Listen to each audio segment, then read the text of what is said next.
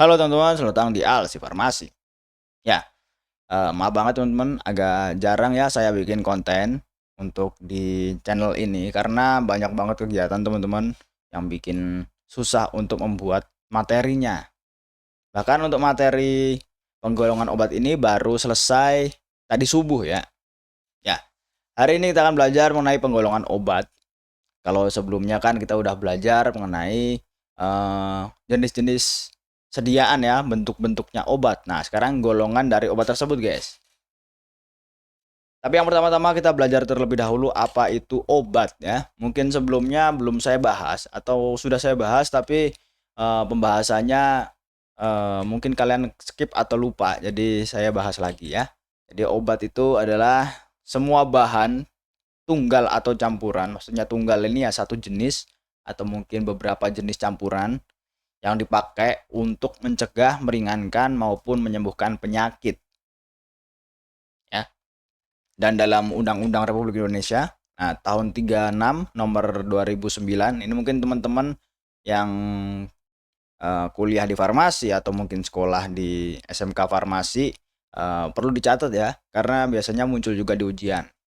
Jadi obat adalah bahan atau campuran bahan, paduan bahan termasuk produk biologi. Jadi termasuk produk herbal yang dipakai untuk mempengaruhi atau menyelidiki sistem biologi atau mungkin dalam rangka penetapan diagnosis, pencegahan, penyembuhan, pemulihan, peningkatan kesehatan dan juga kontrasepsi untuk manusia. Jadi kontrasepsi juga termasuk obat-obatan, teman-teman. Nah, obat sendiri itu dibagi menjadi 3 secara garis besar ya. Ada obat paten, obat generik, dan juga obat generik bermerek. Obat paten itu mungkin saya singkat aja dari sini ya. Obat paten itu bisa dibilang kayak obat yang baru ditemukan oleh sebuah industri farmasi dan karena baru ditemukan itu dan nggak punya pesaing ya kan. Eh, Obat paten ini punya hak untuk mendirikan, menciptakan merek yang mana merek ini nggak boleh dibikin sama pabrik yang lain. Jadi cuman pabrik A aja yang menemukan obat ini itu yang boleh memproduksi, yang lainnya nggak boleh selama beberapa tahun gitu. Lalu obat generik, nah obat generik ini ya kalau kita pakai bahasa sendiri obat dasar ya. Biasanya sih nama obatnya itu sama kayak nama senyawanya. Contoh paracetamol, ya udah nama obatnya ya paracetamol. Guaifenesin, amoxicillin, ampicillin, atau mungkin asamefenamat. Ya namanya sama dan harganya relatif lebih murah ya kalau yang generik.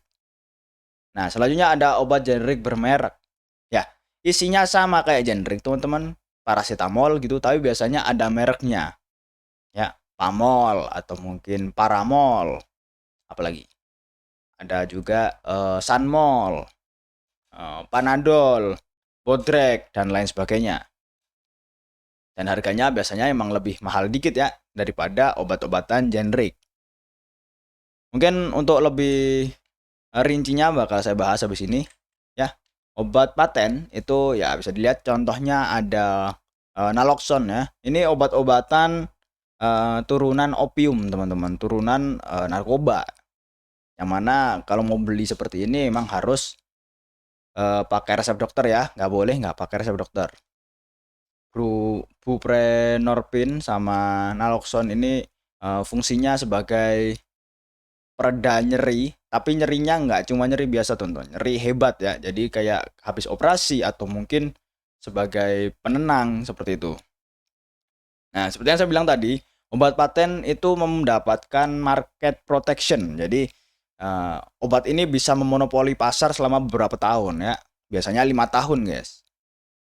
Jadi sekalinya obat ini diproduksi, jadi pabrik lain nggak bisa ngeproduksi merek lain selain obat ini gitu.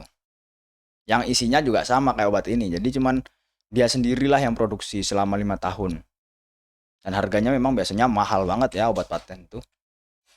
Oke, selanjutnya adalah obat generik atau mungkin obat generik berlogo ya. Logonya biasa kalian nemu logo kayak gini, guys. Ada tulisan generik dan hijau garis-garis. Obat generik ini diberi logo khusus kayak yang aku bilang tadi, generik, yang menunjukkan bahwa obat ini diproduksi oleh pabrik yang sudah mendapatkan sertifikat cara produksi obat yang baik. Biasanya pabrik-pabrik BUMN, teman-teman. Sehingga eh, produk-produknya sendiri itu nggak terlalu mahal karena penelitiannya juga nggak mahal, dibiayai sama pemerintah dan lain sebagainya. Selanjutnya ada obat generik bermerek. Nah, ini beda. Kalau obat generik bermerek ini adalah obat yang dikasih nama dagang. Jadi kayak contoh diclofenac tadi kan ada ya natrium diclofenac yang generik. Nah, di sini ada sama natrium diclofenac tapi namanya jadi Voltadec atau mungkin Voltaren gitu, guys. Lalu apa bedanya, teman-teman? Apa bedanya obat generik berlogo sama yang bermerek? Kenapa kok harganya bisa beda? Nah, di sini teman-teman bisa dilihat ya. Jadi untuk obat-obatan eh, yang generik berlogo atau yang generik lah, kita bilang aja obat generik dan obat merek gitu. Obat-obatan generik itu mereka nggak dilindungi sama hak paten. Jadi yang generik itu pasti udah habis patennya. Sedangkan yang bermerek belum tentu.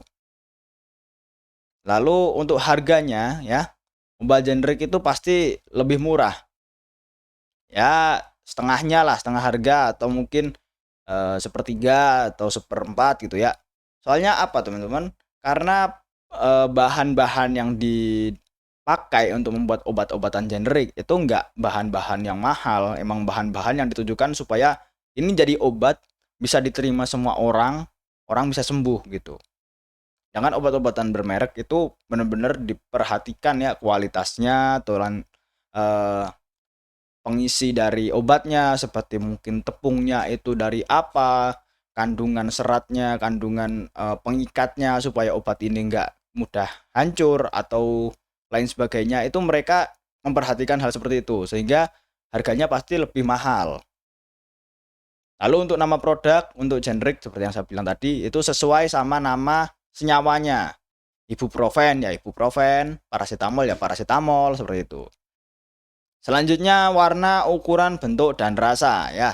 Seperti yang saya bilang tadi ya, karena bahan-bahannya itu yang penting jadi obat, lalu eh, bisa diterima oleh semua orang. Jadi untuk obat generik itu rata-rata bentuknya ya sederhana, bulat putih dan kurang menarik ya. Kadang aromanya masih tercium obat banget.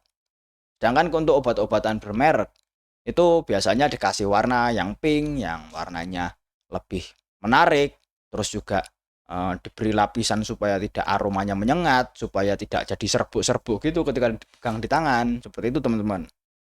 Dan juga untuk popularitasnya, biasanya kalau obat generik ini ya orang mah nggak tahu ya ini generik atau enggak gitu.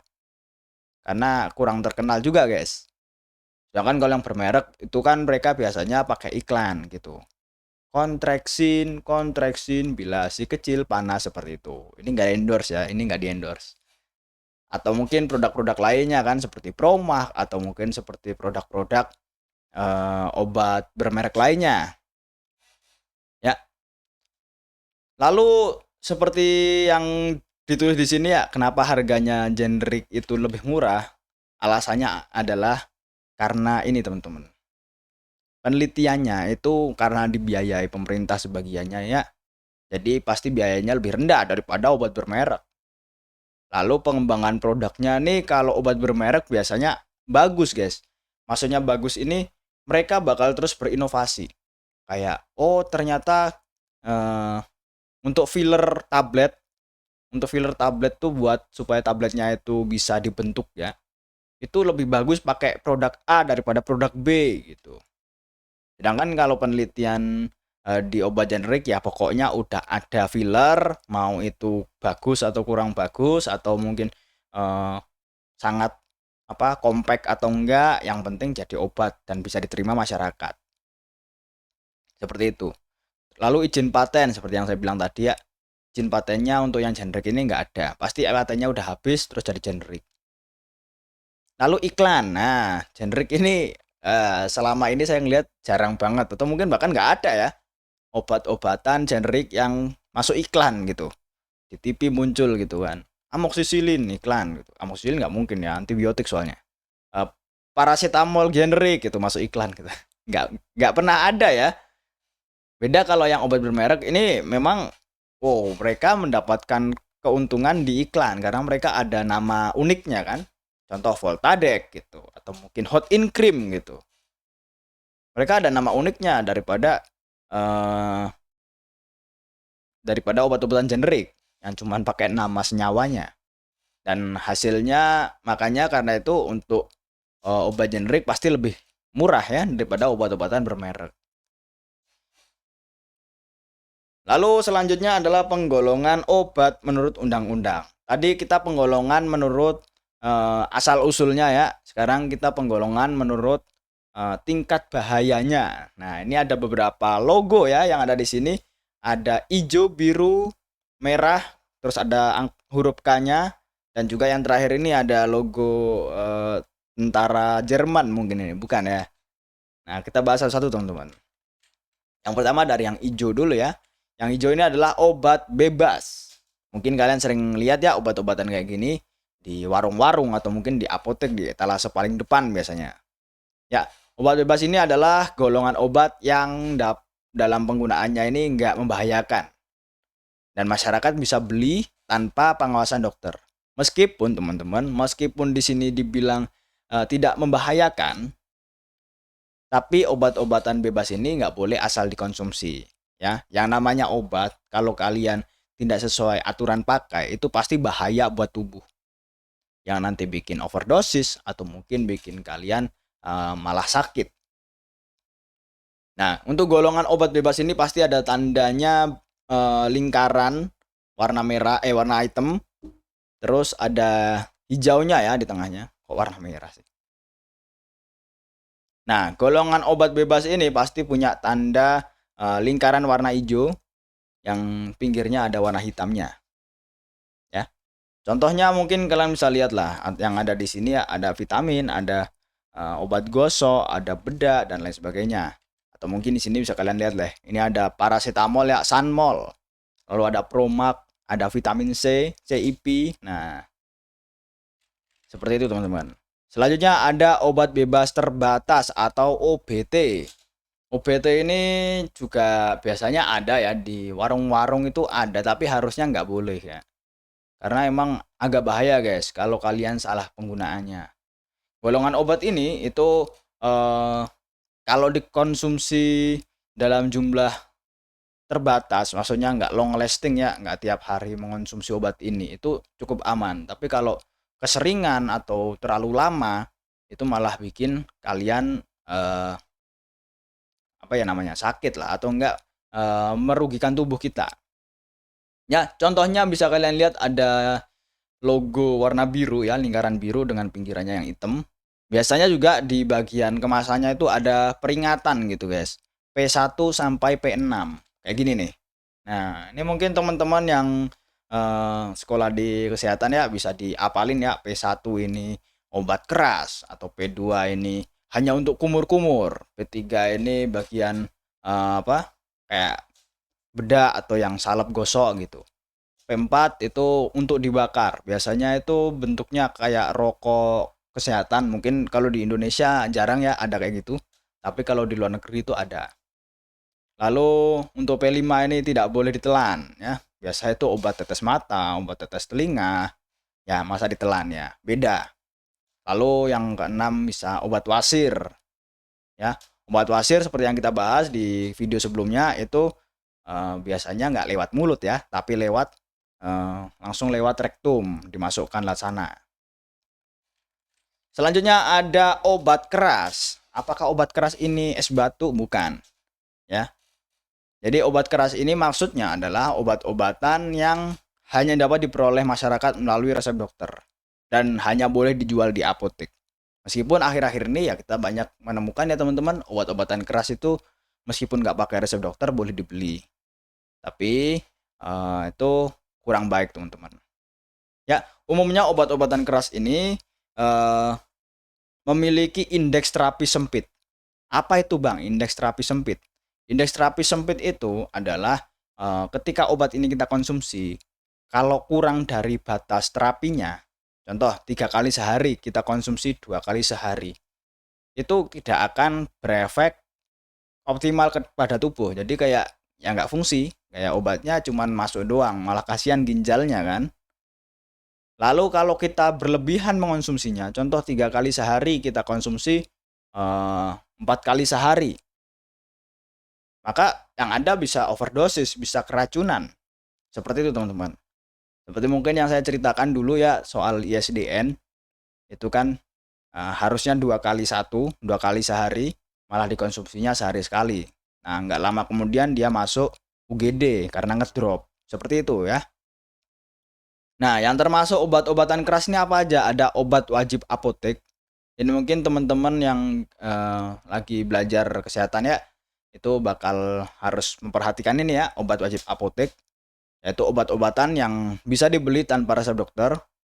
Lalu ada obat-obatan tertentu seperti tramadol, seperti haloperidol, dan lain sebagainya ya, dextrometropan. Lalu juga ada obat-obatan keras tertentu alias psikotropika. Nah, psikotropika itu apa? Psikotropika adalah zat atau obat yang mana bersifat psikoaktif alias memberikan pengaruh selektif pada susunan saraf pusat. Jadi otak kita ini disusupi oleh obat-obatan inilah. Biasanya memberikan efek tenang teman-teman. Dan obat psikotropika ini biasanya digunakan untuk tujuan apa ya? Untuk orang-orang yang depresi atau mungkin orang-orang yang punya masalah kejiwaan dan mental gitu. Supaya mereka tenang. Nah, biasanya golongan obat-obatan ini itu banyak disalahgunakan ya untuk pemakaiannya sama beberapa masyarakat gitu. Ya, contohnya bisa kalian lihat di sini ada Valisan B, tablet, analsik, ada juga Dumolit. Yang mana nggak saya kasih contohnya, kalian cari sendiri. Soalnya ya biasanya kalau dikasih contohnya itu kena peringatan dikit ya. Selanjutnya adalah narkotika. Nah, jadi logo Jerman, logo tentara Jerman yang ada di awal tadi itu adalah logo untuk obat-obatan narkotika. Berarti kalian ngerasa logo apa ini nggak pernah muncul gitu, nggak pernah kelihatan kalau aku beli obat di apotek. Ya, obat-obatan itu soalnya obat-obatan narkotika. Nggak semua orang bisa mengakses untuk beli atau mengonsumsi obat-obatan ini. Narkotika itu apa sih? Nah, narkotika adalah obat atau zat yang berasal dari tanaman atau mungkin sintetis yang dapat menyebabkan penurunan atau perubahan kesadaran teman-teman. Seperti teler ya, hilangnya rasa seperti obat bius, mengurangi sampai menghilangkan rasa nyeri ya, obat bius seperti yang saya jelaskan tadi, bahkan dapat menimbulkan ketergantungan. Ini nih yang bahaya ya. Psikotropika dan narkotika ini bahaya kalau sampai salah guna. Karena obat-obatan ini bisa membuat kita ketergantungan dan juga bisa buat apa ya? Merusak tubuh lah, teman-teman. Kan efek sampingnya memang membuat teler ya, membuat orang itu hilang sadaran. Tapi kalau keseringan ya bahaya, teman-teman, bisa kecanduan. Dan untuk mendapatkan obat ini harus dengan resep dokter ya. Harus pakai banget resep dari dokter. Dan nggak boleh dilakukan pengulangan. Harus pakai resep yang baru. Jadi biasanya itu kan kalau di apotek ada yang namanya turunan resep atau mungkin kopi resep. Nah, untuk narkotika ini nggak boleh. Nggak boleh pakai kopi resep. Harus resep asli dari dokter. Dan obat ini hanya bisa dibeli di apotek atau rumah sakit ya. Dan nggak semua apotek itu punya, teman-teman. Seperti di tempat saya itu apoteknya nggak menjual narkotika. Tapi di pusat kan punya saya kan cabang. Nah, yang di pusat itu menjual gitu loh. Soalnya dekat dari rumah sakit besar ya. Jadi pasti kejual juga, pasti orang juga ada yang butuh gitu. Oke, narkotika ini contohnya seperti morfin, kodein, fentanyl atau mungkin petidin ya. Dan buat meningkatkan keamanan dan juga penyalahgunaan ini supaya terminimalisir teman-teman, obat-obatan psikotropika dan narkotika itu dari pemerintah sendiri dilakukan pengawasan secara ketat ya. Seperti diciptakannya Undang-Undang Nomor 5 Tahun 1997 seperti apa ya? Bagaimana cara pengorderan, cara pemusnahan obat seperti itu ya. Dan juga untuk yang narkotika ini Undang-Undang Nomor 22 Tahun 1997. Oke, selanjutnya adalah obat tradisional. Tadi kita ngebahas obat-obatan sintetis ya. Ada obat bebas terbatas, obat keras, dan juga obat narkotika. Sekarang adalah obat-obatan tradisional. Dibagi menjadi 3 jenis. Mungkin kalian pernah lihat logo-logo di sini. Ini logo apa, Bang? Mungkin yang paling kanan kalian udah tahu, guys. Logo jamu ya. Ini yang tengah ini logo apa, Bang? Apakah logo salju? Bukan, ya. Bukan. Ya, kita awali dulu dari jamu mungkin ya. Jamu adalah sediaan obat bahan alam. Jadi bahan alam banget ya, guys ya. Yang sediaannya masih berupa simplicia sederhana. Apa sih simplicia itu? Ya seperti daun dikeringkan, lalu dihancurkan, dijadikan bubuk. Itu simplicia namanya. Belum dibentuk seperti tablet, belum dibentuk seperti obat-obatan yang lain, seperti itulah guys. Atau mungkin sekalipun dibentuk tablet itu isi tabletnya ya tetap serpian-serpian daun seperti itu. Jadi yang dipakai itu adalah langsung dari tanamannya. Ya, masih sederhana gitulah. Pengolahannya nggak perlu ribet-ribet. Contohnya ya seperti ini ada jamu diabeta. Ini bentuknya kapsul ya.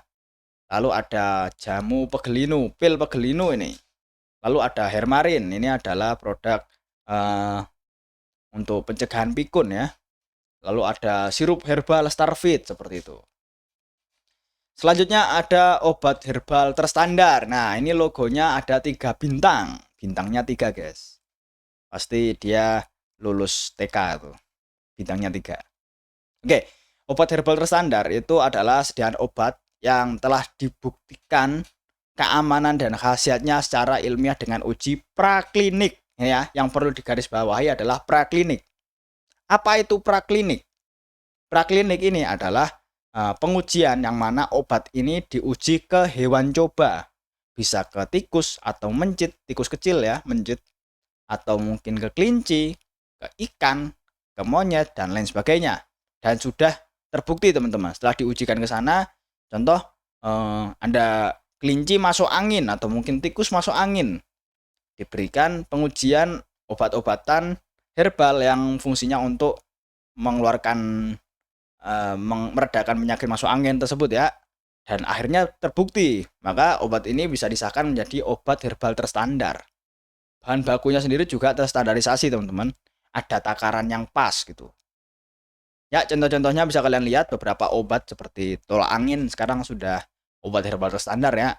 Lalu juga ada OB herbal untuk batuk. Lalu juga ada pil lelap. Pil lelap ini biasanya dipakai untuk orang yang susah tidur. Jadi konsumsi pil lelap setengah jam sebelum tidur, maka ya katanya sih bisa membuat kita tidurnya nyenyak gitu guys. Biasa buat orang insomnia ya. Lalu selanjutnya ada fitofarmaka. Nah ini guys, fitofarmaka ini yang logonya seperti kepingan salju ya. Ya, fitofarmaka ini adalah versi upgrade dari obat herbal terstandar atau OHT. Jadi obat herbal terstandar tadi kan diuji ke hewan coba. Sedangkan kalau fitofarmaka ini adalah obat-obatan herbal yang diuji ke hewan coba dan ke manusia. Ya, uji praklinik dan uji klinik. Jadi obat ini sudah sah untuk kalau diberikan ke manusia itu efektif menyembuhkan gitu. Tidak hanya katanya gitu. Karena teman-teman, kalau obat jamu itu dibuktikan secara empiris, bukan secara klinis, ya. Beda. Dibuktikannya secara empiris alias konon katanya minuman ini dapat menyembuhkan penyakit. Konon katanya jamu ini bisa meredakan sakit bla bla bla bla seperti itu. Jadi tidak secara klinis ya, secara konon katanya, secara turun temurun. Sedangkan kalau obat herbal terstandar atau mungkin fitofarmaka sudah diuji. Seperti itu teman-teman. Untuk harganya pasti untuk yang sudah diuji ini lebih mahal daripada yang jamu. Ya, karena mereka perlu biaya dalam pembuatan produknya, dalam pengujian produknya, apakah ini efektif atau enggak, dan lain sebagainya. Lalu teman-teman, akhirnya nanti bakal muncul pertanyaan ya, lebih bagus mana sih? Obat sintetis atau obat herbal? Obat fitofarmaka mungkin. Ya, jawabannya semua ada plus minusnya. Kalau obat sintetis memang dari awal, obat ini itu langsung mengintervensi tubuh atau langsung berhubungan dengan reseptor di dalam tubuh sehingga merubah eh, sistem kekebalan tubuh atau mungkin menghabisi penyakit dalam tubuh secara langsung gitu. Sedangkan kalau herbal ini ya obat-obatan herbal itu kan pasti ada banyak macamnya, guys. Dalam satu tanaman itu pasti khasiatnya bermacam-macam. Karena itu untuk penyembuhannya pasti juga ya bisa dibilang lebih lama dikit lah. Agak lama dikit daripada obat-obatan sintetis. Tapi manfaatnya apa? Obat herbal itu tidak terlalu merusak tubuh. Beda kayak obat-obatan sintetis gitu ya. Obat-obatan sintetis tuh ya udah pasti bakal merusak tubuh. Minimal ginjalnya yang kena ya. Sedangkan kalau obat-obatan jamu seperti itu, ya memang dari dulu nenek moyang kita konsumsi seperti itu dan aman-aman aja gitu. Karena emang tidak terlalu mengganggu fungsi tubuh. Karena itu ya tergantung kebutuhan kita teman-teman. Ada orang yang mungkin gak bisa mengonsumsi obat-obatan sintetis atau obat-obatan kimia gitu. Mungkin livernya kena atau ginjalnya itu udah bermasalah ya. Sehingga alternatifnya ya mengonsumsi obat-obatan herbal seperti itu ya. Jadi mana yang paling bagus itu tergantung kondisi dari pasien. Dan materi kita sudah habis ya, setengah jam nih. Kayaknya tiap kali kita bikin materi kita ngerjakannya setengah jam terus ya. Kayaknya emang durasinya cuma setengah jam. Ya, usahakan supaya materinya ini bisa selesai cepat dan juga bisa diterima dengan baik teman-teman. Karena aku takut nanti begitu aku udah menjelaskan seperti ini, teman-teman makin bingung, bukannya makin paham. Karena emang beberapa materinya itu pakai istilah teknis atau mungkin pakai bermacam-macam apa ya, hal-hal baru yang mungkin teman-teman nggak tahu gitu. Yang tahu ya cuman orang-orang yang berkecimpung di dunia kesehatan. Sedangkan kalau yang background hijau seperti ini tujuannya agar semua orang tahu. Seperti itu. Dan seperti biasa, kalau kalian suka video ini, klik tombol like-nya teman-teman. Dan juga yang belum subscribe, subscribe dulu. Supaya channel ini bisa berkembang dan juga bisa memberikan materi-materi yang lebih menarik lainnya. Ya, aku Al, si Farmasis. Sampai jumpa.